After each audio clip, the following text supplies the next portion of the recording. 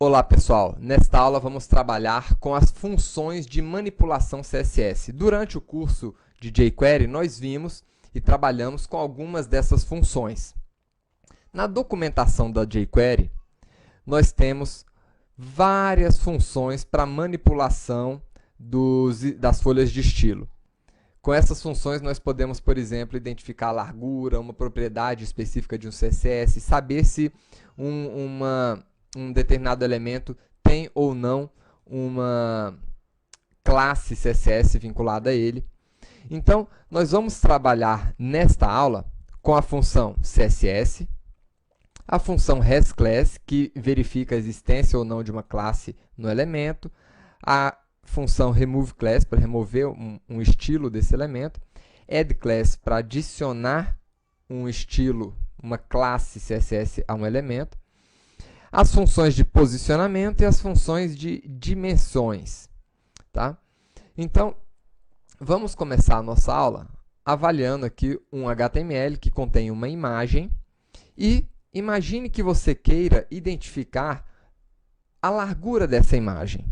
Né? Vamos, primeiramente, localizar esse elemento, que é uma imagem, uma tag mg, .css.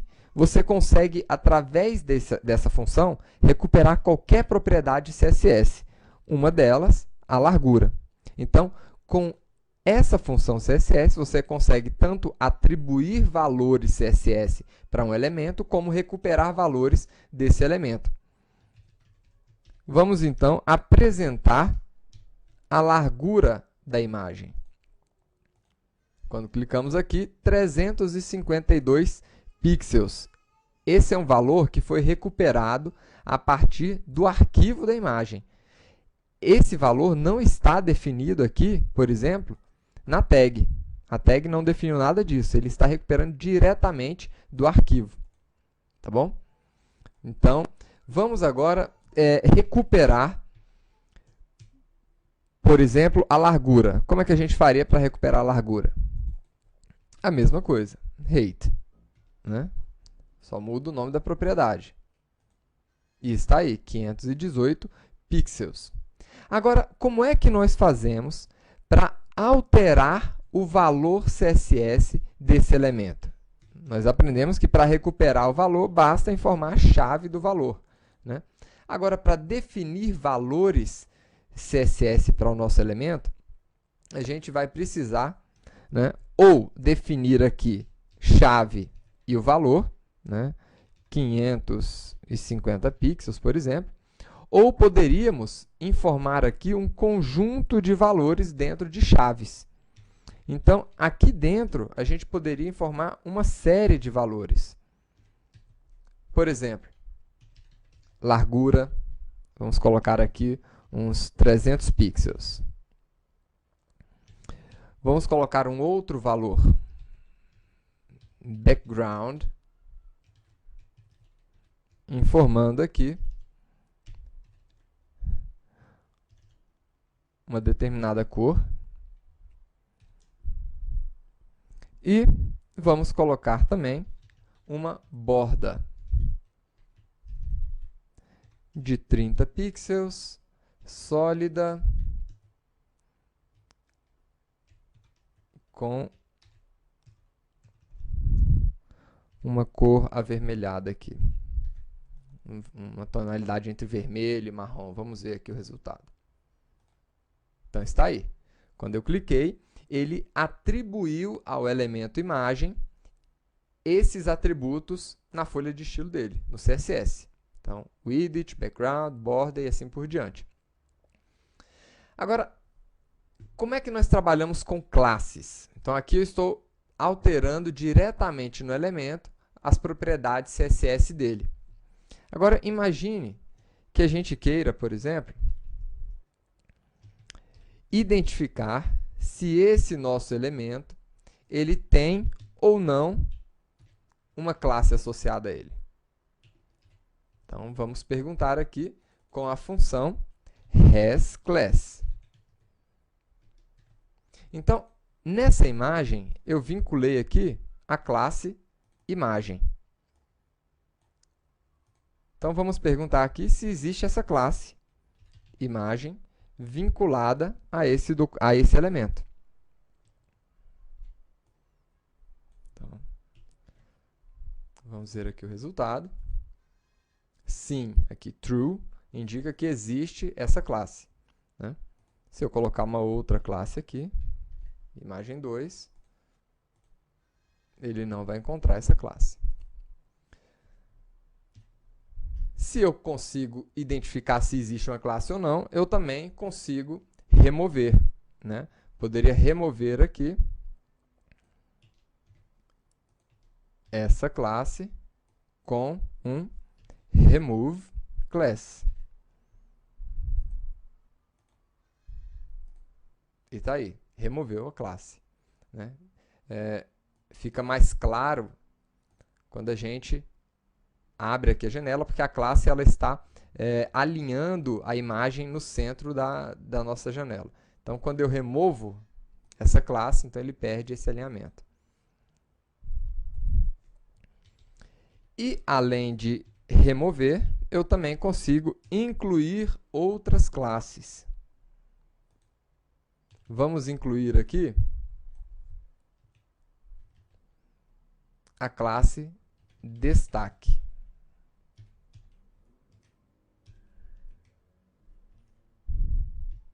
E ver o resultado.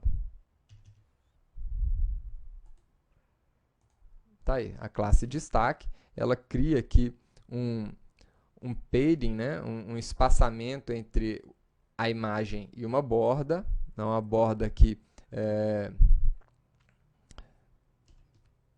tracejada da cor negra. Então, aqui nós estamos já trabalhando com esses elementos, essas funções, para trabalhar diretamente com CSS. Agora, vamos trabalhar aqui um pouco com largura e altura. Como é que eu faço para descobrir a altura de um elemento? Então, a gente já viu que eu posso descobrir a altura dessa maneira aqui. Mas existe uma outra função que a gente também pode utilizar, que é simplesmente height. Essa função mostra para a gente a largura desse elemento, né? Aliás, a altura desse elemento. Para identificar a largura, nós utilizamos aqui a função height.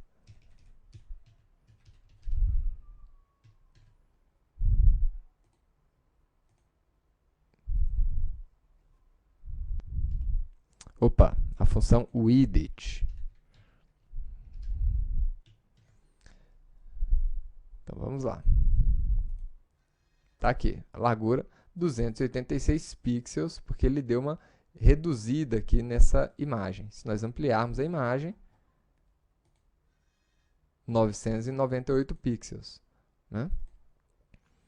Então, é assim que nós podemos recuperar as dimensões da nossa imagem. Outra coisa que nós podemos fazer é encontrar a largura. Essa largura que nós estamos procurando aqui, ela retorna a largura da imagem. Agora, imagine que você queira recuperar a largura da imagem, mais esse espaçamento aqui, o padding, entre a imagem e a borda, né? Como é que você faria isso? Existe uma outra função que se chama innerWidth. Essa função innerWidth, ela retorna a largura da imagem somada com a largura aqui do padding, de um lado e do outro. Então, tá aí, 286 pixels, né, de largura da imagem e 346 pixels é a largura da imagem somada com o padding. Agora, imagine que você queira também saber a largura da imagem com o padding e mais a borda dessa imagem. Então, você poderia utilizar uma outra função. A função outerWidth. Essas funções, inner readit, outer readit, também têm as suas equivalentes para inner height e outer height, tá? Para recuperar essas dimensões também para a altura. Então, eu vou estar trabalhando aqui apenas com a largura para a gente acelerar essa aula. Então, agora a gente consegue a largura da imagem com padding e a largura da imagem com as bordas.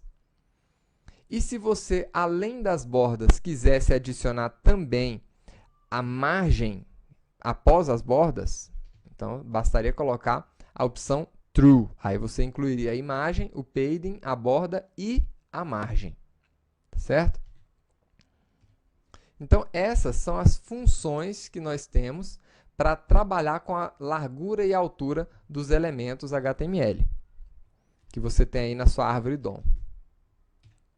Vamos agora ver algumas funções utilizadas para identificar a posição dos elementos, né? Então, vamos começar aqui com a função position.